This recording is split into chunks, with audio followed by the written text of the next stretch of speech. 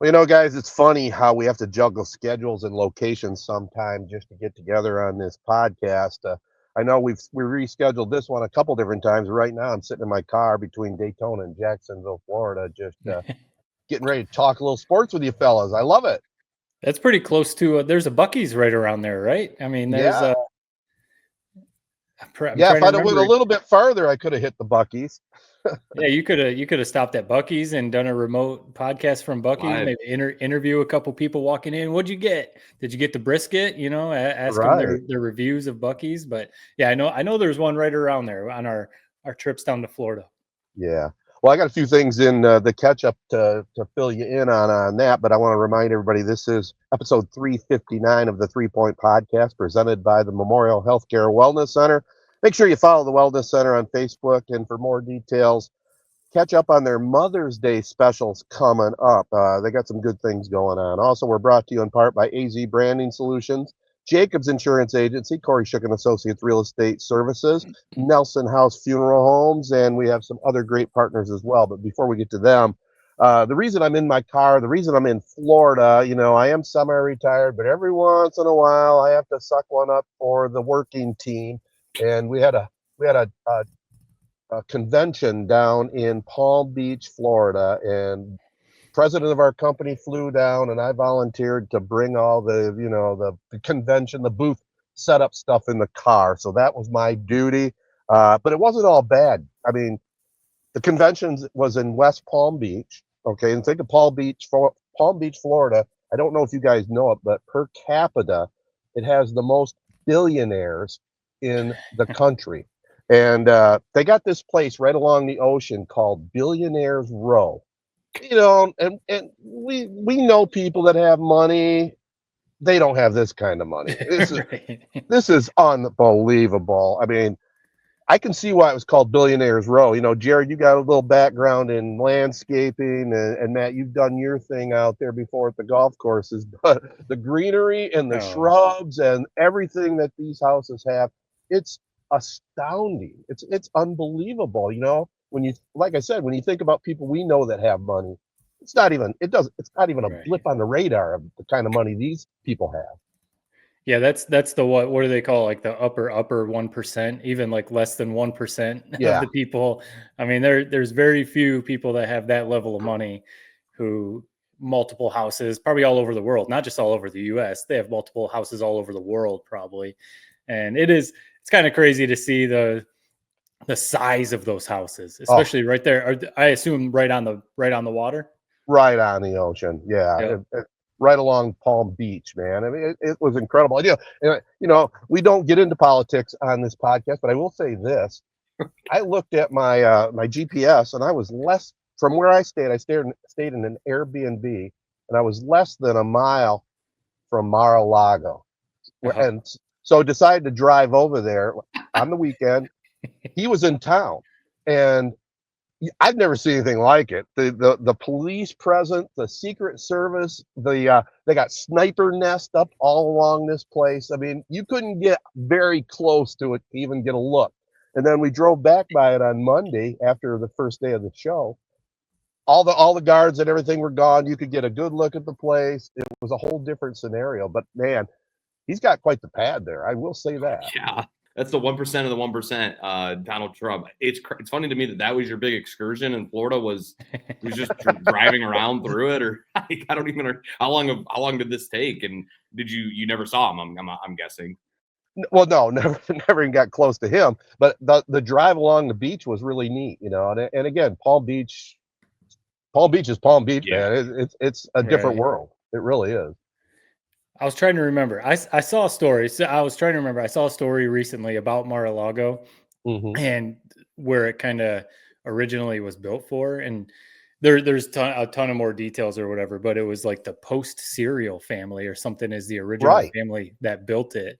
And it was supposed to like stay in the family. And eventually Trump, like it fell out of the family, and Trump jumped on it in like the mid 80s when it was basically worth nothing. Yeah, weren't they? It was like going to be destroyed, I thought, or something. Yeah. Like that. And it was. Yeah. Okay. We don't get into all this stuff very much, but obviously he's had his swing and misses in the business world. It's not all, he's not batting 1,000 in the business world, but the thing I read said that was like probably his greatest investment ever. He bought that thing when it was about to be destroyed, and now he's turned it into what you just saw, Ted. So that's kind of crazy. Yeah, it's quite the setup on 15 acres, right in a prime location. I think he paid $5 million back in the 80s, and it's worth now mega millions. So yeah, I mean, it might be worth billions, right? I mean, hundreds of millions of dollars, right? Could be. Yeah, he made a good deal on that one, without a doubt. That is cool. Sometimes when you're places like that, I mean, it's funny. You're there on work, but right. you get a lot of downtime. That's you like still get some fun time. Yeah, when I was in Tampa for the women's Final Four, that's what I was hoping for. But I was working away. I was clocking the hours. I was hoping to get over the beach and do some of that stuff like what you're talking about. So that's what's cool about getting to do some remotes. Like Jared, you've done a couple of remotes, covering the Pistons and Tigers. Sometimes if you can scoot away for 10, 20 minutes or something and go check out some sites, it's kind of part of the gig if you get to travel.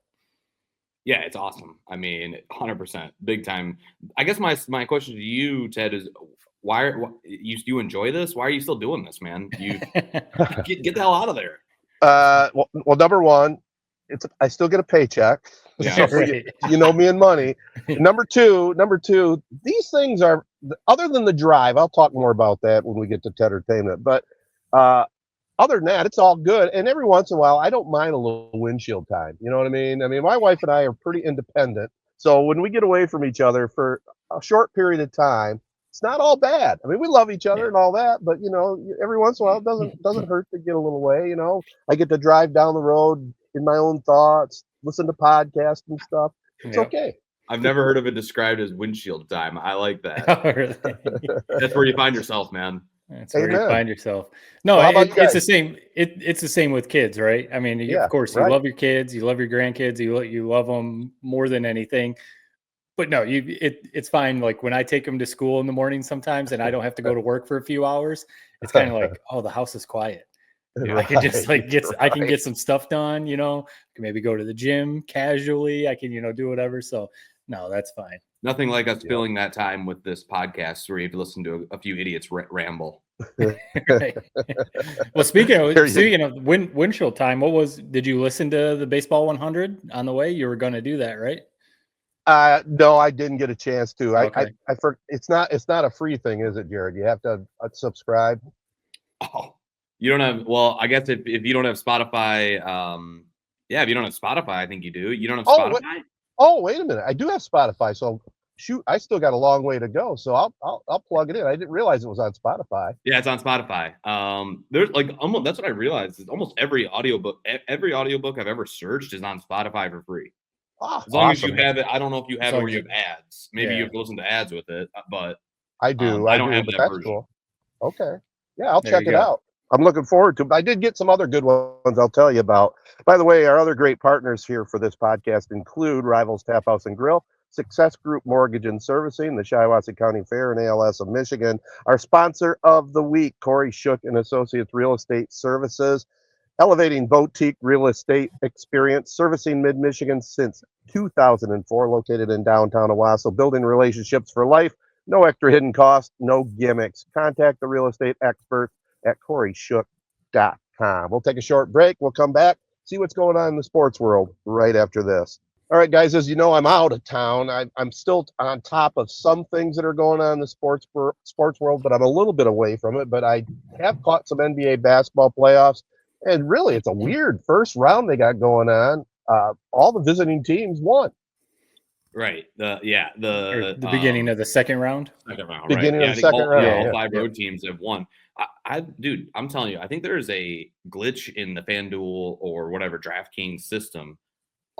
I've been hitting on these underdogs in this second round. I mean, Knicks went off at like plus 350. Nuggets were plus 450 when I bet them heading into the fourth quarter the other night. Last night I just won again on the Pacers, plus 300.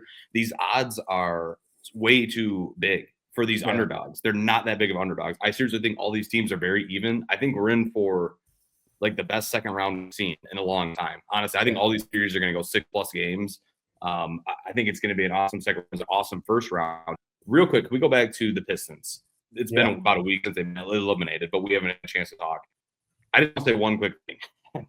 And I don't want to be the negative guy because it's been one hell of a season. It really was a magical season. It showed me my love for NBA basketball is back. every one of those playoff games. I couldn't take my eyes off the screen. It was so awesome. My one criticism of the team and mostly of Coach Bickerstaff, Ausar Thompson is that guy. He's our second best player. Maybe I'm crazy for saying that. He is the future of this team. It's Cade, it's Ausar. To me, anybody else is tradable. This guy had one hell of a series. He had a hell of a game 5. But the problem is down the stretch in a lot of these games, he wasn't on the floor. And we saw it in that final closeout game where Bickerstaff is getting cute, subbing in Schroeder, subbing in Ausar. When Ausar was out there, we were up by 6 or 8 points. By the time he's back out there again, it's like a tied ball game. The guy, maybe he can't shoot. Maybe he's not a great free throw shooter. I'm guessing that's why he was getting subbed out. But in terms of guarding Jalen Brunson, I don't think there's anyone better than him. I know that he made that all-time dagger 3, Brunson did, to eliminate us. But to me, that was the mistake of the series. That's what this team is going to learn from. I would hope come playoffs next year, Ausar basically doesn't leave the floor. But to me, that was like, what the hell are we doing, Bickerstaff? Bickerstaff is the coach of the year in my book as well. So that I feel like he's done an amazing job. To me, that was way too cute. And maybe we're not going to win that series, but I do think we would have at least gotten to a game 7 if we just left him out there. The way he was playing, man, we saw a couple possessions prior to that final dagger that Brunson hit. It was like the best defense I've seen by an NBA player maybe all year, where Brunson couldn't even really get a shot off. And then now we're seeing it in the next round against the champions, where Brunson is doing what he was doing against the Pistons, maybe easier. So I just really thought we had a good matchup against the Knicks, and honest to God, I think we should have won that series. So I'm still kind of thinking about it. And the reason that I feel good about the Pistons heading forward is like people undervalue the Knicks in that Pistons series, like basically saying that, Pistons weren't that good and the Knicks really just aren't that good. They're struggling. They never really meshed. Like they're going to get swept by the Celtics. I think they're going to give the Celtics everything they can handle. Yeah. And I think the Pistons really primed them for this series. Like I think the Pistons are just that good. They were a 3-4 seed, really. I think if Cade's healthy all year. So I feel good about the Pistons, but I was just really bummed about how they handled Ausar. What'd you guys think? Yeah, I mean, you said it. It obviously was a defense for offense type of substitutions that Bickerstaff was probably doing, because as electric as Ausar is, he needs to work on his jump shot, and he can't make free throws. I could probably shoot free throws better than him, So that has to be what it is, because the Knicks were obviously keen on Cade, trying to stop him. So Schroeder was actually probably the second best offensive option in that series. Like Beasley and Hardaway were hitting some shots, but they had to have Schroeder in to score some points. So, that's I would assume that was the strategy. But to your point, Schroeder was playing decent defense on Brunson, more just being annoying, like getting up in his face. But when Brunson is cooking, it's almost like, listen, we'll sacrifice the offense. We have to leave Ausar in. We have to do everything we can to stop him. But then, of course, on that last possession, Ausar was all over him and he still hit that dagger. So sometimes it doesn't matter. But no, the Pistons, I think I saw some analysts saying that you could make the argument that they should have won the series 4-2, because they really, in most of the games, outplayed the Knicks until like crunch time. And then the Knicks or Brunson, kind of came on, or Towns a couple times, and the Knicks stole those games. So, yeah, it's definitely promising. It's like we've said about the Lions, when the Lions made their first little playoff run, and you try and have like the moral victory, or, like oh man, you feel good, you're building something, but at the same time, you're like, no, you're there. You want to win. When the Lions were in the NFC Championship, it wasn't like, oh, cool, good season, we're building something. Like, no, you want to get to the Super Bowl. It's kind of how I feel about the Pistons, because it's like, you never know what's going to happen. They could trade and try and get Devin Booker, and that could just completely not work out at all. Beasley's a free agent. Are they going to bring Beasley back? Are they going to bring Hardaway back? Schroeder's a free agent. There's a lot that could change going into next season. The cohesion of the team to me is like, they're going to bring in better players, but you were talking about like Hardaway and Beasley maybe hit or miss. It felt like whenever one guy was off, the other guy was rolling for all the role players, like this whole series. Like, I just think that explains this team's season. Like they seem like they were really like best friends. Like they talk about how they go home and play video games. Like they have a group of 10 and they just split up into 2 groups because it's like too large of a team to play in an online like Call of Duty match. I really just thought that they were like the best of friends, and you can't put a price tag on how important that is for a big time playoff series like they just had. So I hope they re-sign those guys. Do you want to see, Tim Hardaway Jr. is a free agent, Schroeder's a free agent, Beasley the free agent. going to sign all 4 of those guys back? Is there a priority to you? Yeah, back to your comment on AZee, I definitely agreed with it 100%, especially when in the text string we had going on, you pointed it out right at the beginning, and then the Knicks went on that run, and it just was a killer. But yeah, we already talked about the flaws in his game. You got to hit free throws in the NBA down the stretch, but as far as a defensive player, he's their lockdown guy without a doubt. And watching this team, and I've been a firm believer in it forever, to where they're at right now and the team cohesiveness they have going on. Yeah, they're going to lose some guys, but if they can just keep that core together, I'm not sure I would do any kind of blockbuster type of trade to get Booker in and get rid of a lot of that young talent. I just wouldn't do it. I may go the free agent route, but I don't think I want to trade any of those key young players. Yeah, I guess it would depend on who they want. Like if the Suns want Jaden Ivey and AZee Thompson and a couple of them, that's choice. Like, all right. Right. This is getting to be a little too much because that's the other thing. We talked about it a week or two ago. Jaden Ivey would maybe be the wild card in this whole thing. If he was healthy, then maybe you're not having to sub out AZee Thompson. Or who knows, if he was healthy, they might not have even signed Dennis Schroeder, if Ivy was healthy, who knows? Right. So, I mean, that's kind of a big part. So yeah, they're definitely in a good spot, and they have draft picks that they could trade. They have young players. They do. You're not going to be able to keep everyone. I feel like I read something, one of the Pistons, guys on social media that has a big following. He was saying that Hardaway might be the guy that you might want to bring back Beasley because he can be your spot up shooter. Hardaway, because he had a good season, might be looking for a big contract. Right. He might be in a spot in his career where he's like, I want one more big contract. And is he a guy you want to give a big contract to? I mean, we like him because he went to Michigan, but it's kind of like he might be a guy that you kind of let go if he's looking for big money. Use that money to sign, someone else, another big guy. Because that's the other thing. Jalen Duren is good, young guy, but you kind of saw his flaws a little bit. He's got some room to grow, and then there was no one to back him up. I mean, Tobias Harris was having to guard Karl Anthony Towns, and he did a good job, but it's like that's not really Tobias Harris, So that's a good problem to have. The Pistons are in a good spot, kind of like the Lions have been in the draft, where you don't have a laundry list of needs in the draft. You're kind of like, no, we just need like these couple guys, and then we can, fill out our roster. So that's almost where the Pistons are at. So I'll be curious to see what they do. I love Brunson. I mean, simply put, how badass was that shot? How perfect was that? I mean, sometimes that's an NBA moment you just got to appreciate. That was badass. That was cool. It was.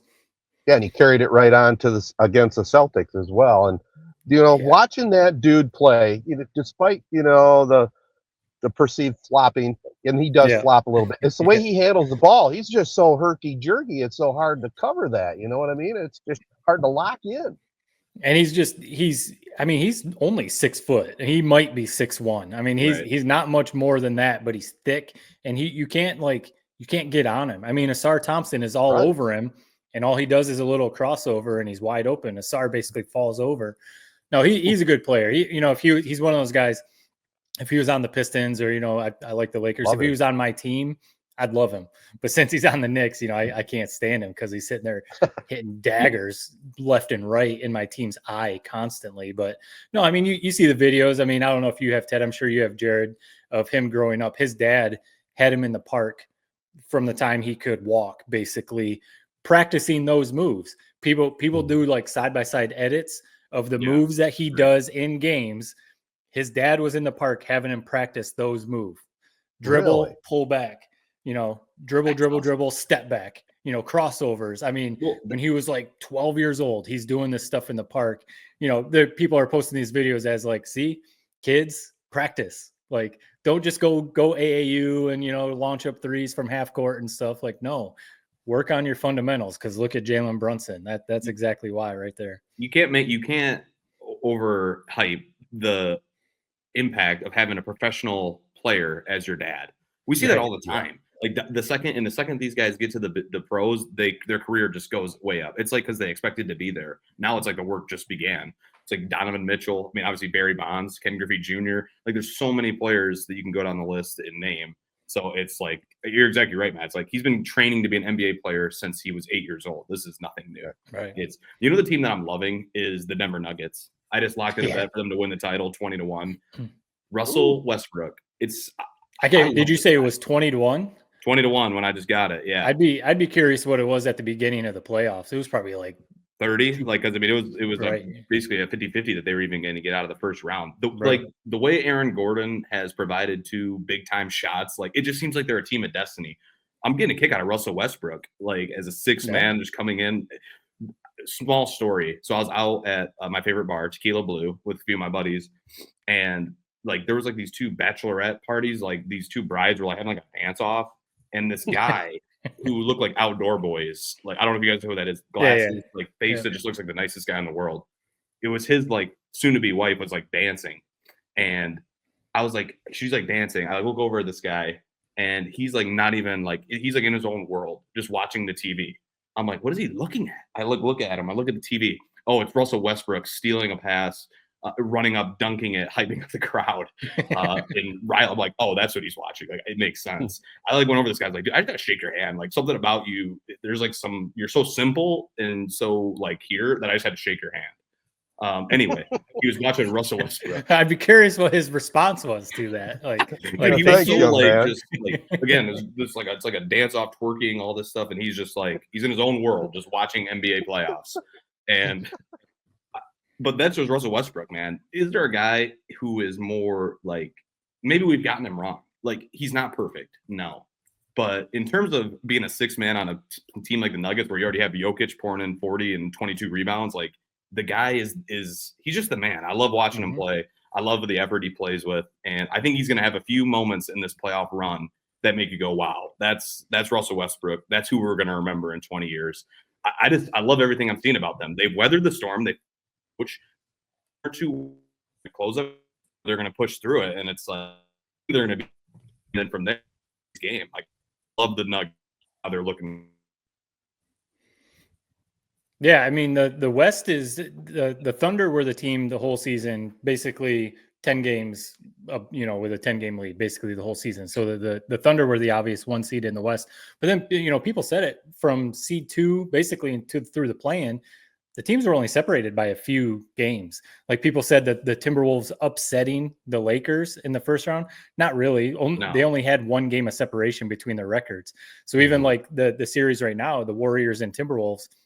It's a 6 versus a 7. So it looks kind of funny, but it's like, yeah, but record wise, they were at the top of the West, basically. Right. That's just kind of how the seeding played out. So kind of the same with the Nuggets. The Nuggets, I mean, Jokic probably won't win the MVP. Shea will probably win the MVP, but Jokic very well should win. Right. Yeah. He's the best player. They've got him. They've got Russell Westbrook. This point in his career saying, yep, I'm going to be who I am, but I'm cool coming off the bench. And they've got just a bunch of great role players. I mean, and they won the title. Jokic is basically a player coach there on the sidelines, but Adelman obviously has you talk about your dad as a professional. I mean, his dad was a coach in the NBA for a long time, so he knows what he's doing. No, the Nuggets very much should, even though the Thunder are the favorite, the Nuggets very well could win this series because I think they have what could beat the Thunder and Jokic. I mean, nobody can guard him. You can't guard him. I mean, the Thunder built their team to guard Jokic. They signed Hartenstein, and they've got Chet, and they've got all these big dudes. Doesn't matter. And Jokic dropped 40 and 22 on them in game 1. It doesn't matter. He's so cool, man. He's the man. I love Jokic. Yeah. We don't appreciate him enough. We don't talk about him enough. He was the MVP this year. We get bored voting these guys. No, he's the best player. He's been the best player for 4 or 5 years now. He's unreal. Yeah, totally agree with you. And I like what I'm seeing here at this second round of the playoffs. Good matchups. I like seeing the star players. It's too bad Steph got hurt. Hopefully he can come back and play. Do we know the status, Matt? You probably would know best of us. What is the deal? Right. Well, they said hamstring strain initially, and he's getting an MRI today. We're recording Tuesday morning, so probably by this afternoon we'll know. But at minimum, a hamstring strain, that's at least 2 or 3 games, maybe at least a week. So lucky the Warriors won game 1, so that helps. If he has to sit out, he's at least sitting out games 2 and 3. If he has to sit out game 4, maybe the Warriors can steal one more game and have it 2-2 when he comes back. But I mean, a hamstring, I mean, we've heard about this forever. That stuff that just lingers. I mean, especially the way that he plays, running around the court constantly. It's not like he's just posted up, down on the block. So that sucks because I really think the Warriors could have won that series for sure. And they still could. But the way Steph was playing, they definitely could have won that series. All right, guys, switching topics. And this is weird. It just continues to go on. The University of Michigan football saga. I mean, right. The president, Ono, says, I'm out of here. He was a big backer of Harbaugh in the program, but he says, I'm hitting University of Florida. So he's leaving the prestigious University of Michigan to go to the University of Florida. Let me just jump. I don't associate the two. Maybe that's just me. To me, I look at Ono and I go, man, Michigan has been through the ringer the last 3-4 years since he's been president. You go to Florida, you're there right now. It's magical. You were just talking about how magical it was for 10 minutes. Right. I think it's more so just, dude, maybe it is. I think there's something to be said about all these scandals that are going on, it feels like. But he's just wiping his hands and being like, I'm going to Florida. I'm going to take the pay bump, and I'm going to enjoy it. Yeah. Oh, no, I agree with that. With that. I guess if you're president, I look at it a little more like, they're academical, and right. You go from a school like Michigan to Florida. I'm talking academics, not to be a big diss at Florida, but then the whole Sharon Moore thing. They suspend him in-house for 2 games. They pick the games they get to suspend him, which is awesome. Right. What's the point? What's the point of doing that though? I don't know. To me, when they did it with Harbaugh, it made a lot of sense. And even this, it's not dumb, because why not?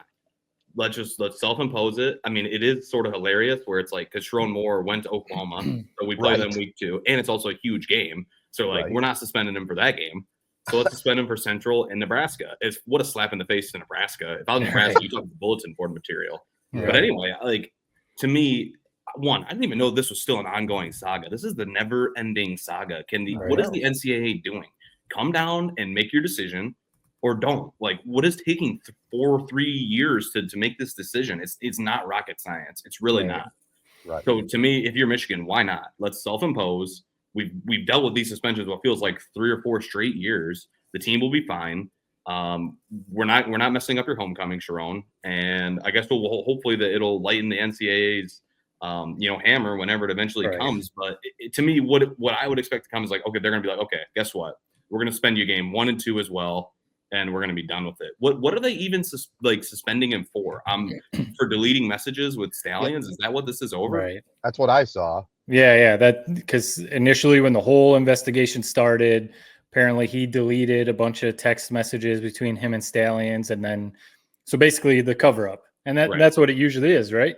Yep. You get busted for. I mean, that was Harbaugh's whole thing. That's why they kept coming after Harbaugh, because they said he wasn't cooperating, but really Harbaugh was basically just giving him a middle finger and saying I don't care about you guys. I'm going to do what I want.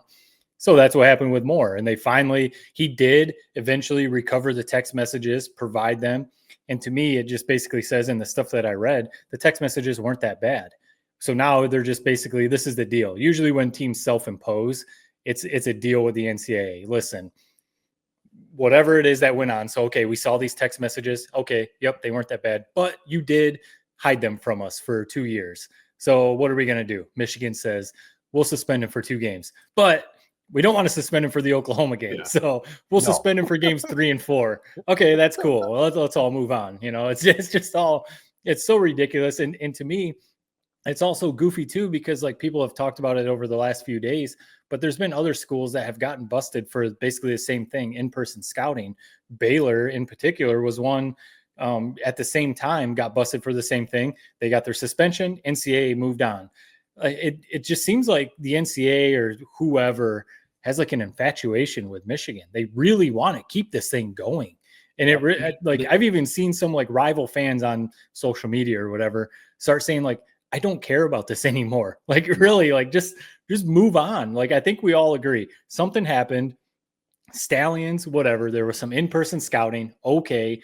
They bent the rules. Who knows if they literally broke the rules? They definitely bent the rules, but I don't think I don't think it had that big of an impact on the outcome of, the national championship and stuff like that. Look at the NFL draft the last 3 years. It is littered with Michigan players from the last 2 or 3 years. The team was loaded and had Jim Harbaugh as a head coach. So yes, there was some rule bending going on, but the team was just really good. And also to the Ohio State fans that are still like going on about this, our 7-win team beat your national championship team this past season. So like, if you really think these signs had that big of an impact on Michigan over, the last 3 years of Harbaugh's tenure there, then what happened last year when you guys had a national championship team and our team had Jared at quarterback, basically? Right. No offense, Jared. No. Well, here's what is funny is we've talked about it before, is that news broke before the stretch run of that season. Well, that's why Sherrone Moore's coaching the Penn State game. Right. That's why there's people who claim that they're going to come back and take away the title. Do you not remember the timeline? That broke. Harbaugh got suspended. We clearly were not stealing signs anymore through the biggest games of that season: Penn State, Ohio State, the college football playoff, the national championship. We did it by the book. And that's why they should have waited to don't do any punishment, because they could have gone back and said, you guys won because of how you were cheating. Now it's like anybody with a brain says it didn't matter at all. Right. Obviously they did it. Obviously it was an advantage because you have this brainiac who's like a brain of a surgeon in some ways, deciphering signals. Why would you not put that guy to work? Right. He went a little overboard, I think. I don't think it was necessarily entirely him, but anyway, the fact that we're still talking about this dumb thing, Joel Klatt says it perfectly in one line. The less you know about football, the more you think this mattered. The more you know about football, the less you think it mattered. Right. Like, what are we still doing with this? And that's what's kind of nuts. And part of me is why I almost wish Michigan would just be like, we're not suspending ourselves. We already have gone through so much punishment from this. Like, let's just move forward. But the NCAA will not let it die. And here's what I would say to the NCAA. Keep pushing these powerhouses like the Michigans, like the Bamas, the Georgias. Pretty soon you're not even going to be a thing anymore. If you push Michigan enough, they're going to stand up against you and maybe just strike up a new thing with the Big Ten and the SEC. So I'd be careful if I was them. They haven't handled NIL at all. They've left that up to conferences. They didn't handle COVID at all. They left that up to the conferences. This is what they spend their time doing nowadays. It's a waste of time. And you wonder, like you said, Matt, like, why are they infatuated with Michigan? Because we had the last laugh. Because of, like we said, they came down on us. They came down on Michigan. They still won the title. Yeah. And now it's like, what do we do now?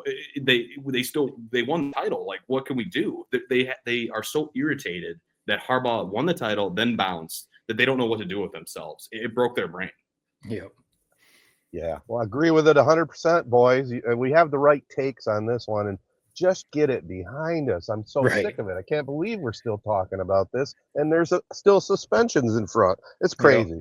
And before we move on to the prep spotlight, a couple other quickies. Red Wings just get no luck when it comes to the lottery, do they? I mean, again, they drop. I mean, we've talked about it before. Pistons have been hurt by it. The Red Wings continue to get hurt by it. It's time to get rid of the damn thing. Right. Just whoever's the worst team gets the first pick. It's that simple. Yeah. If they tank at the end of the year, they tank. Right. Because really the tanking thing, I remember when the lottery was created in the NBA, that was the whole idea. Let's try and avoid tanking. But it's also like, it didn't really happen that often. Like maybe one team would tank a little bit. But all right, if you really want to do that for a season, lose every game, well, good for you. You get the first pick next year. I saw someone throw out like, have like take the bottom 4 teams and do a little like mini tournament for the number 1 pick. I mean, something like that would be cool. You're already adding, in baseball and NBA, you're already adding these little like play-in tournaments, the expanded, wild card in these sports. So sure, at the end of the season, take the bottom 4 teams, take the bottom 6 teams, play a little mini tournament to win the number 1 seed. I mean, I would rather that than ping pong balls deciding that now Victor Wembanyama isn't on the Pistons. I'd rather like something like that than a draft lottery. But yeah, the Red Wings, I don't know. We thought this was going to be the year that they make a little bit of a run, and it fell off. So I don't really know. I don't follow NHL closely enough to know the ins and outs, but it seems like they're missing a couple key pieces. They're not worth the time, man. It's they had a press conference last week, kind of end of season wrap up. It was hostile, to say the least. Yeah, I saw Yzerman got pretty fired up. Yeah, it's poetic that they keep falling in the lottery, man. Like it's like we're just wanting a bailout card. It's like, no, come on, do it the right way, build it, make some trades. Like, these players that we have, take a step up. It's time to stop living and dying on a lottery. It's clearly not going to fall our way. Guess what? It's the Detroit Red Wings. You are a original 6 franchise. You have a lot of things to your advantage. We have a crowd that whether you win 0 games or 81 games, they're there every damn game supporting you. Like, there's something to build here. It's a good franchise. You don't need the lottery. The lottery is for we're almost like the Lakers in the NHL. Right. Let's use it to our advantage. It's not happening right now. Well, the bigger question, Jared, you haven't really answered this part. What do you think of the lottery? I mean, in general. Listen, we've hated it for the Pistons. They're never going to get rid of it. We agree that tanking was a bit of a problem, especially in the NBA. It is what it is, man. It's something kind of poetic about you just keep falling. And then you look at the Pistons, like, man, we were complaining about falling. We ended up falling to what, 3 or 4 when we got AZee, or 5 maybe? Right. AZee might be the best player in that draft looking back, obviously outside of maybe the number 1 pick. But to me, it's like sometimes you make your luck where you're at. And the Pistons landing AZee at 5, Jalen Duren at 12, Jaden Ivey at 5. Like, you can build a team without having the number 1 pick year after year. Well, to me, it almost seems like, and you guys are in the television industry, and we've seen what it's done in the NFL, just the NFL draft. You know, they don't have any damn lottery, but it's almost like it's a made-for-TV event, to have that lottery show. My opinion, and that's just me on right from the top, I don't care about the Pistons or Red Wings in this lottery thing.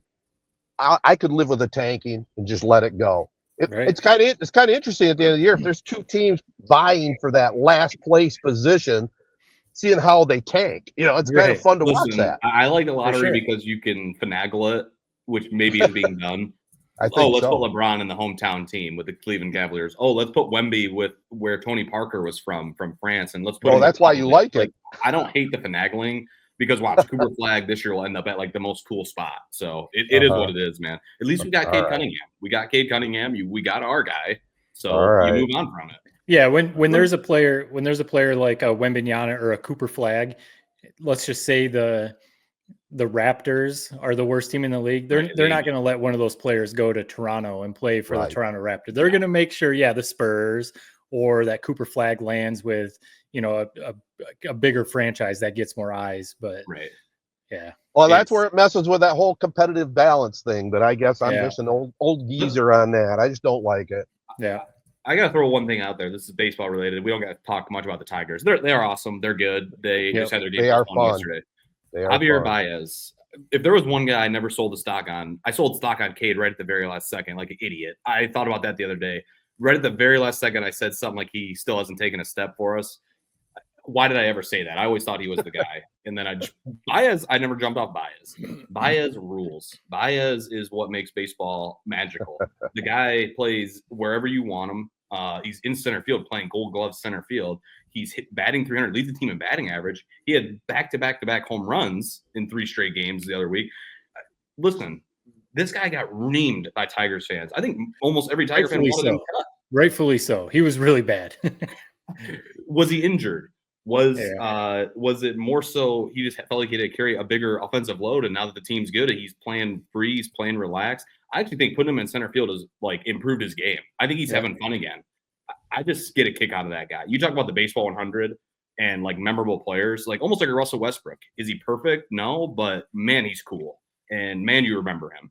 And whether Javy Baez is swinging at a pitch 500 feet outside or mashing a home run, it's everything he does, you have to watch. Yeah. So I just had to give that guy a shout out. He's having one hell of a season, and I just think he's what baseball is all about. Being able to play anywhere, even when he was playing terrible, he never was bitching to the media. He never was being an asshole about it. Just admitted, that's baseball. You go through ups and downs. Now he's riding that up wave right when we need him, when we have a lot of injuries. I just think he's maybe the biggest story in baseball right now. I love Javy Baez. He's my guy. Yeah, he's quickly probably on his way. He's going to become a Tiger fan favorite if he keeps this season going because of how bad he was after they gave him that huge contract. And then now he's kind of rebuilt himself. It just goes to show how good these dudes are. I mean, casual people at home think, oh yeah, a major league player. Yeah, just stick him in center field. That's not very easy to take change positions like that. I would assume a guy who's as good as he is, probably his whole life was playing multiple positions. So he's probably played outfield at some point in his life. But, you can't, like Bryce Harper at one he was in outfield, and then they're like, yeah, just stick him at first base. It's like, yeah, but that's a skill. Like, you can't just like take a dude and stick him anywhere. That takes time to practice. So when guys do that successfully, it's like, man, these dudes are just on a different level. It's kind of like, Ted, you talking about the billionaires having a different level of money. We all played sports in high school, but it's when you see major leaguers doing stuff like that, it's like, okay, that's a different level. That's a billionaire compared to a guy who just has a good amount of money, So it is. It's all props to him, and that's one of the big parts of why they've turned it around, because of him. Torkelson, obviously, pitching, but no, Baez, if he can keep this going, that will be huge. I mean, that's just, I'll be curious to see what they do when like Parker Meadows comes back. Because you would assume Parker Meadows would start in center field. Move him to right. It'd be hard. He's awesome out there. Yeah. So, yeah, love to see it. Any thoughts, Ted? I mean, you're the one that usually was kind of reaming him hard. Yeah, I'll jump in. I kind of lost audio on Matt there, and I'm just sitting here quiet, waiting for a chance to jump in. But yeah, I'll be first to admit it. Last couple of years, I have had my hand up in the air and saying, "What the hell is going on with him?" It was just painful for me to watch him swing at that low outside sweeper and just constantly not hit it. And he struggled. But yeah. He could be the MLB's comeback player of the year in the AL this year if he keeps rolling like he is. I mean, he's really been a big cog of that team and a big part of the success. Him and the way Torkelson has turned it around, and the pitching staff is mowing down teams. And they got Colorado coming up. Let's get that series in. I mean, we'll definitely be doing a lot more talking about the Tigers as we go through the season for sure. Yeah, I mean the Rockies right now. So yeah, they have the 3-game series with the Rockies coming up. That should be 3 wins, because right now the Rockies are on pace for like 24 wins for the whole season. So yeah, you try and get those 3 wins and get out of Colorado. Amen. All right, guys, good stuff there in the overall sports section. We'll take a look at the Prep Spotlight right after this break. All right, it's time for the Prep Spotlight, brought to you by Jacobs Insurance. We'll start in softball. Former guest here on the podcast, Owasso softball coach Joellen Smith, recently made the 900-win milestone. Think about that. Now in her 42nd year in the dugout for Coach Joe. Got her number 900 with a 5-0 win over Clio in Game 2 of a doubleheader recently. But longevity and obviously knowing how to coach speaks it all there. 900 wins. It's incredible. How many 1,000 winners are there out there in the softball world? That might be something we have to do a little research on. She's going to reach it, I would think. Right. I would think so too. Because softball plays about 40 games a year. Yeah, somewhere around there. 30 something probably. Like that. Yeah. I mean, if you have 3 good seasons, yeah. I mean, I don't know what her plans are as far as retirement, but yeah, she might hit 1,000. That's crazy. Outstanding. Moving on to track and field, Corunna boys and girls swept Owasso in a tight matchup. On the boys' side, the 400-meter relay team of Logan Herrick, Braden Hartsuff, Ty DeLorge, and Isaac Jacobs led the way. The Cav girls won 3 of the 4 relays, and Haven Thiel won the 800 and 1600. Ovidelsey beat Lakeville and Birch Run. Jackson Custer won both the hurdle events, and Trace Tokar, our guy, 13-6 in the pole vault. And finally, in baseball, Owasso swept Corunna 5-3 and 6-zip in a doubleheader. Jackson Valasek and Jack Seidow got the mound wins. The Trojans improved to 15-4. Owasso, they've always been a really good baseball town. I mean, when you look at the Little League fields they have down there by the river, and then some of the players they develop at the high school level, it's a pretty solid baseball town. I put them right up there. There's the powerhouses down in the Detroit area, obviously. Here in our area, Grand Ledge has always had a really good program along with DeWitt. But Owasso developed some pretty good baseball players. They have a great youth league. I mean, the Kiwanis fields are all tied, man. People are there playing baseball nonstop. That's why. Yeah. I know. Yeah, just a good little feeder program where kids love baseball over there. It makes sense. It's a good little league program. Yep. And all right. I just did a little look real quick. Yeah. I saw that there's 10 people who have won 1,000 games in Michigan high school softball. Last one was in 2023, Sherry Ritz of Wayland. So there's been only 10 total, so that's pretty amazing. What's the overall win total? number one? I was actually looking for that as well. The article is pay to view, so I didn't quite make it that far. Didn't quite make it that far. Okay, No. all right. I understand that. That's some good info, and still just crazy to think about, because how long has softball been being played in Michigan? 100 years, only 10 coaches got to 1,000. I mean, if she can do it, that's pretty historic. Because she's only, her whole career has been at Owasso, right? Owasso's only had 2 softball coaches in their entire program history. That's insane. Denny Hill, who was there for probably 30, 35 years, coached Joe Ellen, and then Joe Ellen. That's it. Two awesome coaches. That's crazy. Yeah. All right. Well, that is the Prep Spotlight, brought to you by Jacobs Insurance. Definitely check out the crew there for all your insurance needs. And we'll be back with Tedertainment Tonight right after this.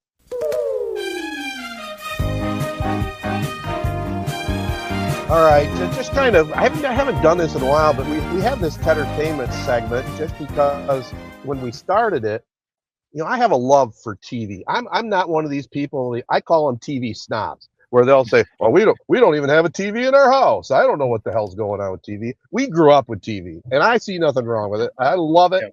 It's a great entertainment.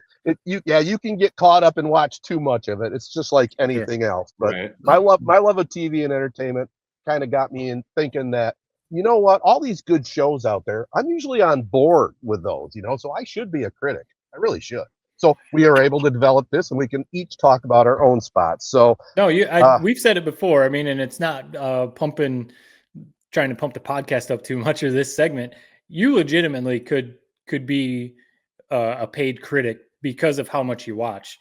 Right. I watch a decent amount. You guys know I don't watch as much as you guys do with some of the bigger series. Jared, you watch quite a bit, but you would have opinions because you've seen a lot of things. Sometimes that's all it takes, because you've seen a lot. So if you watch a series and it's just not that good, that it's not just because you don't like it. It's like, no, I've watched everything HBO has to offer. That one's not very good. Here's my two. I agree with you. Well, I have one TV show I'll start with, and it's on Paramount Plus, and it falls into the category of murder mystery. Right? Okay. It's called Happy Face. I don't know if you caught that. It stars Dennis Quaid as the Happy Face killer. It's a quick 8-episode run, one season. We binged it in 2 days, and I give it a solid 2.7 stars. It'll probably be back for a second season, but it's about a killer. Dennis Quaid's in prison, and the whole tie-in is his daughter, and she's in television production, and there's a whole side twist thing with her connecting with him, her helping solve some mysteries out there. So Happy Face with Dennis Quaid on Paramount Plus. That's my pick of the week. Happy Face on Paramount Plus. All right. My question for you, going with this, why is it, and you're the elder statesman of the podcast. So one way of putting it. You've been around the block. Why are all the good shows? Why does everything? And we're guilty of it. We love these shows. I was going to talk about White Lotus. One of the biggest things with White Lotus is murder. That's always why are all the good shows? Why does it have to do with killing? Every good show, think about it. Rarely do you just watch a show where it's just about a nice story. A nice kid goes to school and gets a job and has a nice life. Everything on TV always comes back to some sort of murder. We're evil people, man. It's the reality. I don't know. That's kind of sad to say, but I was just actually rewatching Django Unchained for the 100th time in my life, and the ending when he's just literally lighting up 50 people right in a row, in this plantation house. I'm I can't take my eyes off the screen. This is magical. This is awesome. This is badass. That's our life. Now I will say, I don't quite swing on the serial killer side like you guys do. So that's a whole nother iteration.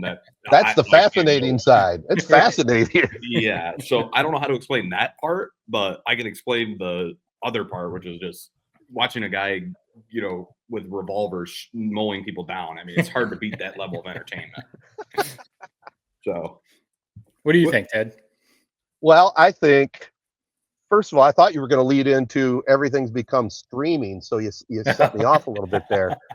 But when I look to network TV, all right, which network TV, there's always going to be a spot for it, but it's not going to be what it used to be by any stretch of the imagination.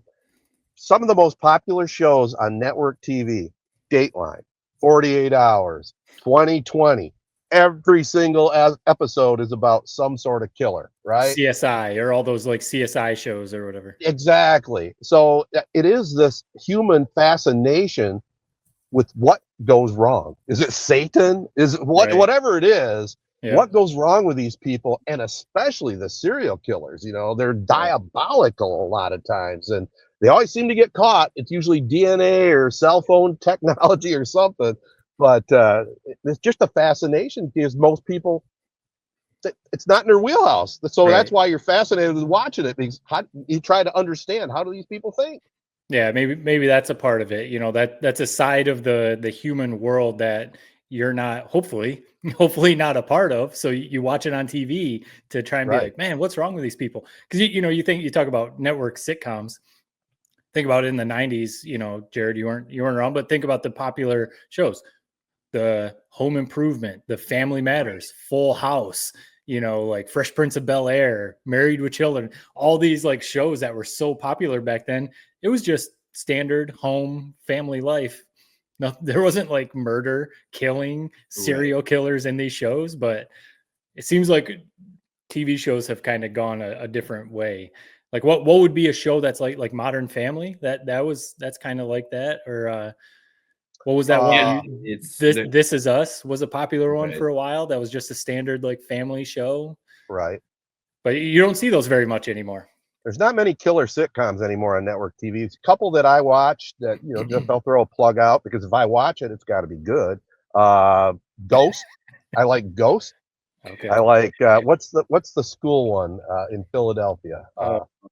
Abbott Elementary. Abbott Elementary is a very clever show.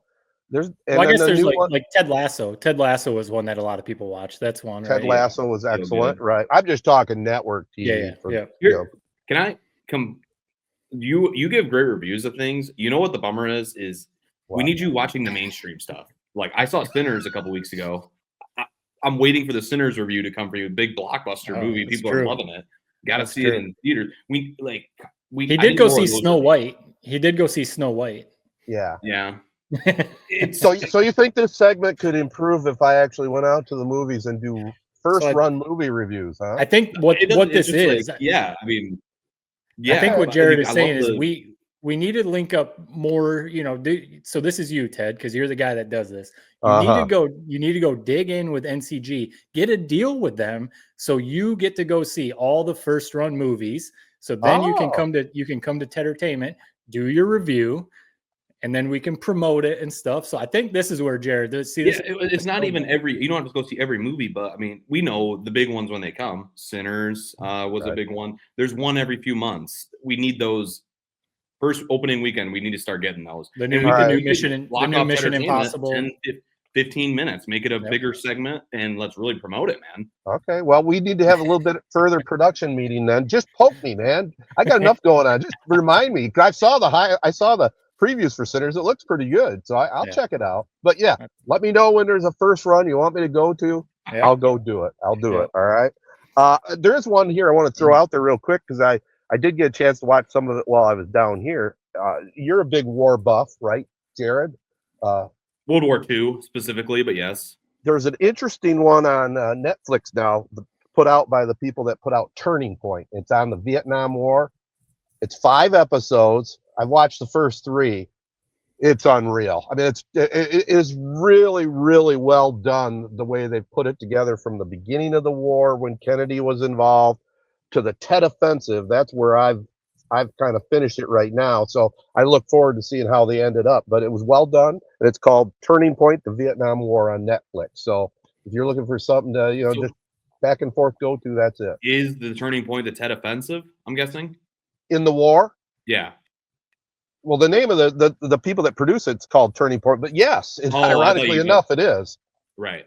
Yeah. I mean, from what I understand, tell me if I'm missing. Like I said, I'm not a big Vietnam guy, but big part of the Tet Offensive was basically they just wanted to show the people back home in the USA, like, you guys are losing a lot of people out here. Like, it was almost trying to win the battle at the home front as much as it was actually in Vietnam.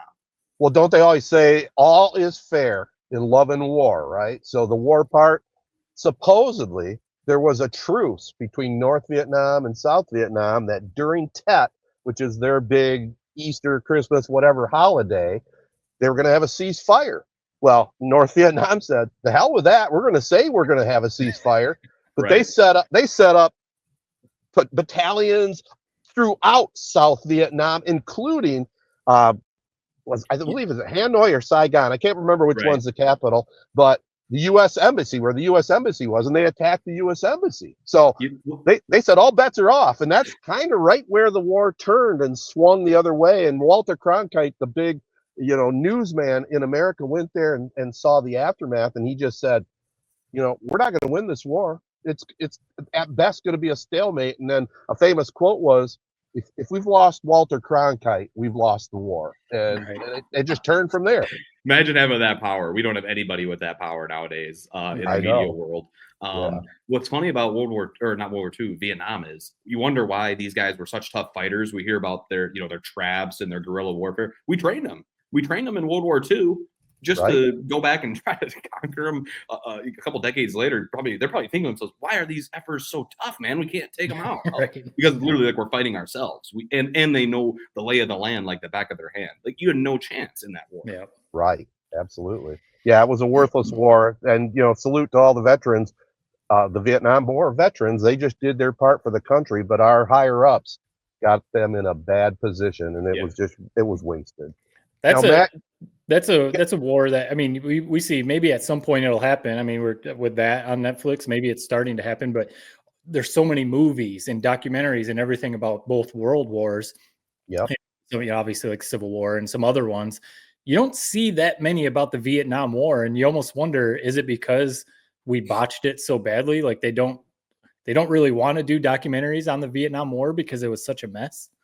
Maybe. I mean, there was a stretch in I'm going to say it was the 90s, maybe the late 80s, when there was a slew of Vietnam movies came out, like Platoon and Hamburger Hill, some of those movies. But yeah. But those are more like, Hollywood movies. I'm talking like documentaries that talk about like what actually happened, Right. But, Ken Burns did one, but this one is right there with him. So, yep. I agree with you on that. Those are always worth checking out. Yeah, I'll be quick. So we started Handmaid's Tale, the final season, where we only watched the first episode, but that's one that needs to wrap up. We've been with it the whole way, so we're gonna watch the final season. We want to see how it wraps up, but it's kind of at the point in the show where it's like, all right, let's finish this one off. It's been good. It's been really good. I think this is season 6 or 7. So I mean, it's had a long run, and it is good. The acting, the writing. But it's one of those that needs to wrap up. So I'm very curious to see how they finish that show off this season. But we did finally finish that 3rd season of White Lotus, and the final episode was kind of wild. The shootout, I mean, it got crazy. Yep. I think honestly that show, in my opinion, why the 3rd season started slow and had some bad reviews initially is because there wasn't like those famous faces that the first 2 seasons had that like grabbed you right away. Like season 2, with the dude, the Italian family. I know you guys know him. Yep, him. Obviously, Aubrey Plaza, Jennifer Coolidge. She carried over from season 1. So right away, season 2, you were like, oh, geez, I'm all in. Season 3 didn't really have that. I mean, if you were like into TV shows and movies, you recognize some of the faces, but you didn't really know who these people were. So it kind of took a bit to get going. And then it did pick up, and a couple of the storylines were kind of just like, all right. Yeah. The final episode was good though, but I can see why people put season 3 as probably the 3rd best of that series, because I would agree, but it was still good. I think I saw season 4 is going to be in France, so I'll be curious when that comes out. But that's just such a good show. When that comes out, we'll be right there to watch it. Yeah, it to me, like, I think it's a good point. I mean, Walton Goggins is probably the biggest. But outside of that, there wasn't, a lot of guys like, oh, that guy, it's the bad guy from Harry Potter. It's the villain in The Patriot. The Uncle most Rico is evil villain in maybe any movie is him in The Patriot. But I think it's a season where you're gonna look back on that cast in like 5 years, like Patrick Schwarzenegger. I think he's gonna be one of the next big stars. Like where you look back and like, wow, that was like a stat cast. But like you said, at first it's a lot of new faces. The one thing I did actually love from season 3, now that we've all seen it, I actually loved how the girlfriend group wrapped up. The whole time you're thinking there's gonna be this mega blow up, and there was something kind of nice about how it went the other way. I thought that was kind of creative. And then I think the problem with the family with the Schwarzenegger and I'm trying to remember what the name of the family was. That was probably the number one people that you wanted to watch from that season. Is they just sat in that like, oh, he's gonna do something bad for what felt like 4 straight episodes where nothing really progressed. I think that's what people complained about. So, but that's what that show is. That's what Mike White calls it, edging you, is what he says. So that's what that was. But I think we all were like, maybe, man, we could have just added one little more wrinkle to this storyline of that family. But yeah, like you said, it was still amazing TV. I'm missing not having it on my Sunday night TV. Yep. You got anything to add, Jared? Any other show? No, you guys covered it, I think. I saw Sinners. I'll just be real quick on that movie. It ruled. My one complaint was Remick, who is the villain, the vampire villain. He's all time, like, but you only get him for maybe 5 minutes. Like, I think he only has maybe 5 or 10 minutes of screen time. He is a great, like, it'll leave you talking in like a southern accent for a week after you see it. The people talk about the music in it. I saved a couple of the original songs. It's awesome. It's vampires finally done right, in my opinion, where you go, wow, these guys are badass. Michael B. Jordan, and he plays twin brothers, Smoke and Stack. They're like Mario and Luigi. One wears all blue, one wears all red. That's pretty much how you tell them apart. He's great. He's badass in it. It was just a good flick. It's a good movie flick to go watch and enjoy at the theaters. It's awesome. But my one critique, I would have liked a few more minutes of Remick, is his name. He's dynamic. I've also noticed, even when I was watching Django Unchained, like Leonardo DiCaprio, Calvin Candy in that movie, it's like I tend to lean more toward the villains. I like the villains in most of these things. The Patriot, when that guy's on the screen, you can't take your eyes off him. When Remick's on the screen, you're like, wow, this guy's awesome. Maybe that says a lot about my demented personality, but like I love the villains. The villains, like even enough Joker in The Dark Knight, Bane in Dark Knight Rises, like those are the coolest guys in the movies, man. Maybe that makes me a weirdo. We were talking about the serial killer thing. You guys like the serial killers? I like the comic book, like made up villains, maybe. Right. That's what people say about Joaquin Phoenix and Gladiator. When he's on the screen, you can't not watch him. Yeah, there's a lot to be said about that. And by the way, it goes full circle. I didn't get a chance to see Sinners, but we get a review here on 3 Point Podcast by the young fella. We got it covered. We got to cover each other. When you go to Sinners, like a lot of people know this on Twitter, make sure you stay for there's like a end of credit scene, which if you think about Marvel, it's usually like a stupid joke. They're like, why did I even wait for this? This is actually important to the plot. So if you do go see it in theaters, or if you see it at home, make sure you wait for that, 2 minutes afterward to watch that final scene. Kind of ties it all together. Just quick comment. I don't know about you guys, but we typically always stay right till the very end because they do slip these things in the credits. So why leave early, right? Yeah. Okay. Yeah. Sinners, I mean, real quick, Sinners has like a kind of some deeper meaning type stuff, right? Like there's some like society type of connections and stuff like that, isn't there? Yeah, I mean, I don't know like how to talk on it, I guess, without sounding like an idiot, but I mean, it's set in the 1930s in the Deep South. So what's a nice little touch is I appreciate this little detail. So the Michael B. Jordan, the twin brothers, they go and work for Al Capone in Chicago, and then they come back with money. They buy this, barn that they turn into like this big party for the night. And I mean, you can just expect what happens. Well, you give all this money in cash to a white guy in the South. Do you think he's just gonna let you keep that place? Like, probably not. So and that's like there's something I don't understand. Like basically, like the vampires are Irish, which apparently there's something to that. Like Irish people were suppressed as well. At this time, yeah, obviously they not were. to the extent that African Americans were. But like that's why like what's kind of nice about the villain Remick is you kind of see his point of view. Like with this whole movie, I don't want to spoil anything, but like they go like basically the big thing in the movie is vampires have to be invited in. So they're trying to get invited into this party just so they can kill all these people inside of it. And, they're like, who are you guys? Like, are you guys a part of the Klan? He goes, nah, we're all about equality. We're all about equality. We're all about equality. The way he said it is maybe my favorite line of all movie. But yeah, there is some deeper meanings. Yes, I'm not exactly, a philosophizer to spell it all out for you. But yeah, it's definitely, there's more to it than just a, popcorn flick, if that makes sense. Nice. Well, now that we got the review, I don't feel as guilty. I'll wait till it comes out in streaming, but I'll definitely check it out. Yep. Well, I'll make sure to keep you posted on movies. Weapons. There's a trailer for this Zach Frieger's movie. It's a creepy one, man. If you haven't seen this trailer, it's a wild one. All the kids sneak out at the same time of this one classroom at 2:17. These shots of them like on Ring cameras running through yards. It looks like the creepiest thing I've ever seen. So that's one you got to see in theaters. I'll be catching the reviews because I am mid-month. Harson's Revenge comes to NCG in Owasso, so I am planning on checking that out. So good stuff, boys. Hey, before I wrap this up, I just want to give you a quick update on my windshield time, okay? Since this is part of Tedertainment. On the drive down, okay? Don't tell my wife, but I had Netflix on my phone, okay? Oh. And I caught Adam Sandler, his comedy special, Love You, Shane Gillis, his comedy special, Beautiful Dogs. I don't know if you know who Ali Wong is, but she's got a special out called Simple Lady. She's hilarious. And then Bill Burr, I saw his with Paper Tiger. So I had 4 great comedy specials coming down, checking it out on Netflix. Then I switched it over to some podcasts, and which, by the way, we got to send a shout out to the people that regularly follow us 3 knuckleheads, right? So there are so many podcasts out there to even think that people tune in to listen to us. God bless you all. I mean, we love you. It's amazing. We want to definitely say a big thank you to our listeners. But segueing it from that, so I listened to a bunch of different podcasts on the way down. This one falls right into my wheelhouse. You know how I like, Jared didn't even know who he was, Ted Danson.